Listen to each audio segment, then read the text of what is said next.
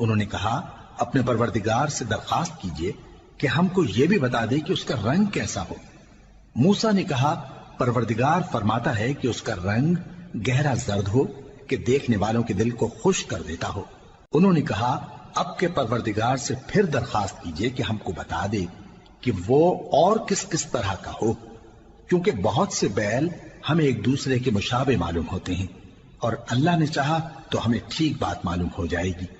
موسیٰ نے کہا کہ اللہ فرماتا ہے کہ وہ بیل کام میں لگا ہوا نہ ہو، نہ تو زمین جوتتا ہو اور نہ کھیتی کو پانی دیتا ہو، بے عیب ہو، اس میں کسی طرح کا داغ نہ ہو۔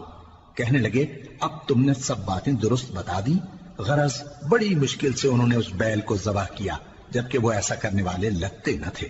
اور جب تم نے ایک شخص کو قتل کیا تو اس میں باہم جھگڑنے لگے، حالانکہ جو بات تم چھپا رہے تھے اللہ اس کو ظاہر کرنے والا تھا۔